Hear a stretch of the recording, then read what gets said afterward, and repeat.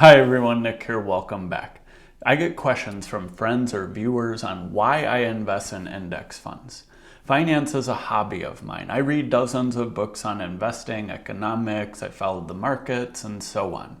And people find it odd when I tell them my portfolio is basically 2 index funds.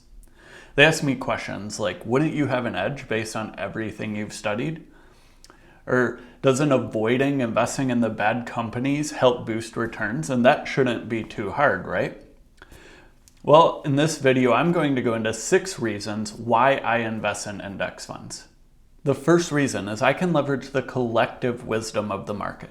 There are millions of people and investors out there trying to figure out how much different companies should be valued. This includes professional analysts, CEOs of the company, and average people. Collectively, they process all the information available and determine how much a company's stock should be worth.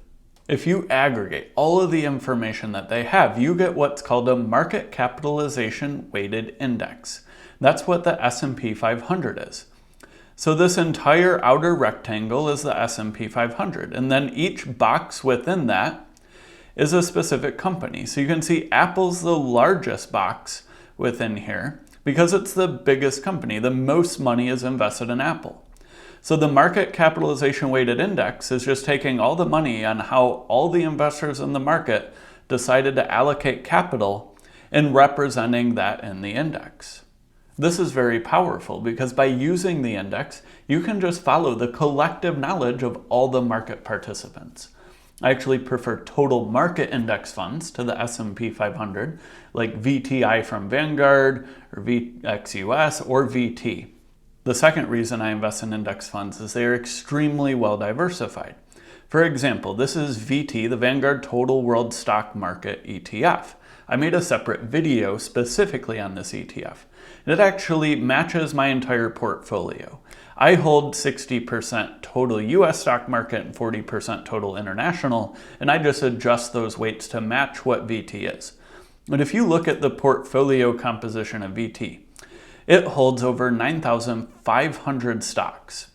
It's extremely powerful across all these different markets throughout the world and all these different regions. You can see in this, it's market cap weighted. Apple is the largest holding, followed by all the other ones you would expect. It's very interesting. My wife and I like to travel a lot. We were traveling in a desert in India near the Pakistan border, and we were driving by what was a very large wind farm with hundreds of windmills. And I was interested. I looked up who owned the windmills, and it was actually a company that's in the Vanguard Total International Stock Market Index. So we can go to basically any corner of the world and see our money at work. It's an extremely powerful tool and they're very well diversified. The third reason are low fees. There's a famous quote from John Bogle, founder of Vanguard. He said, "In investing, you get what you don't pay for." This is very true. Indexing has such low fees and it puts you ahead of those who are trading, paying more fees, paying advisors, transaction costs like bid-ask spreads, salaries, research, marketing funds so that more people will buy them, commissions to brokers and managers that sell the funds, possible conflicts of interest where the fund company needs to make more money by raising fees. And these fees can really add up. Over 30 to 40 years, something that seems small, like a 1% fee, can cost you a third of your wealth after 30 to 40 years. It's incredibly powerful. So that means instead of ending with maybe $1 million in retirement, you only end up with $670,000. That's a massive difference. And index funds help you avoid all of these fees. Like that VT ETF we were looking at has a 0.07% expense ratio. This equates to $7 per year for every $10,000 you have invested. So if you had a $1 million portfolio, this would be $700 per year you'd pay in expenses. This just comes out of the returns of the fund. You don't pay it directly. The Vanguard charges such a low fee to allocate your capital across over 9,500 companies in over 40 countries around the world. It's extremely powerful. If you are only investing in US indexes or international indexes, the fees are actually a little lower and you can even save some more money by holding them separately. I made different videos about these on asset allocation and the 3-fund portfolio if you're interested. The fourth reason is index funds outperform over 90 to 95% of active managers over long periods of time, like 20 years or more. And just like a 1% fee can cost you a third of your wealth by retirement, underperforming the index can cost you that much or more, as active managers will often underperform the index by 1%, 2%, possibly even more. This can be very detrimental to your retirement and well-being. The fifth reason, index funds seem to always beat the trendy thing. In 2020, it was the ARK ETFs. If we look at Portfolio Visualizer comparing the ARK Innovation ETF to the Vanguard Total Stock Market Index, you can see since inception of the ARK ETF, the Vanguard Total Stock Market Index has outperformed by about $600 on an initial $10,000 investment.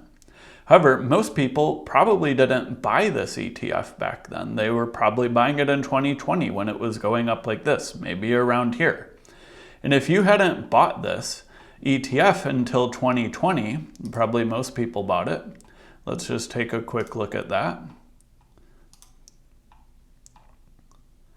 You'd actually be underperforming by quite a lot. That's a $5,000 difference in performance. Another one that's been trendy recently is SCHD, the dividend ETF, which has become very popular recently, basically because it avoided some of the downturn in 2022.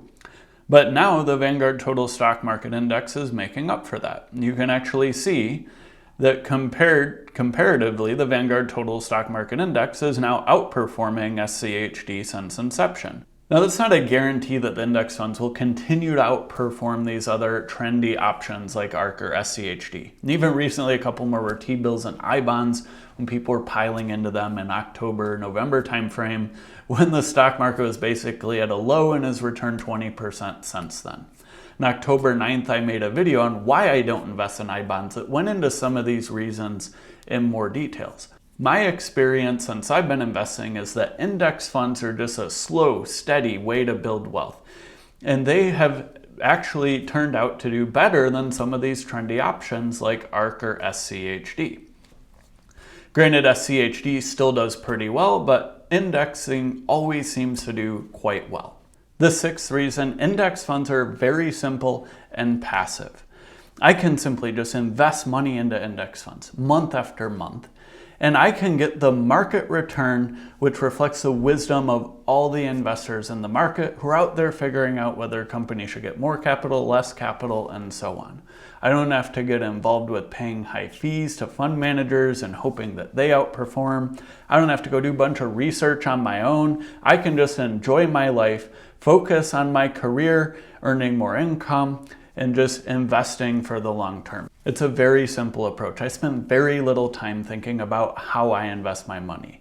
And the final reason is I don't need to outperform the market. The market return is good enough for me. By simply investing money month after month and compounding it over long periods of time, I will be very wealthy. I don't need to take any more risk of underperforming the market or paying excessive fees or spending a bunch of extra time. This really comes down to a philosophy. And that is to let the market do the work for you. Accept that you're not going to be a big, quick winner. You're not going to get rich overnight or next year. It is a slow win to compound the wealth over time. In this strategy, I believe it actually outperforms most investors. If you look at average investor returns, like I've done in some of my other videos, the average investor does horrible compared to just investing in total stock market index funds. And over 90 to 95% of active funds underperform the index. If you want to speed up the wealth building process, I recommend focusing on earning and investing more money. It's a lot easier to earn twice as much money than it is to get higher market-beating investment returns. I would much rather take that strategy than try to outperform the market. I don't believe there's a quick, easy way to get rich. I believe what matters the most is building a sound investment plan, having a good asset allocation that you can stick to over the long term, that meets your investment goals and time horizon.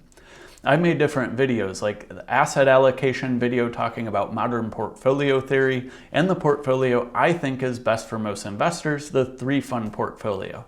I'll put links to those below in the description. If you got value from this video, make sure to press the like button, subscribe, and share it with your friends. It really helps support free financial education. Thanks for watching, everyone. Later.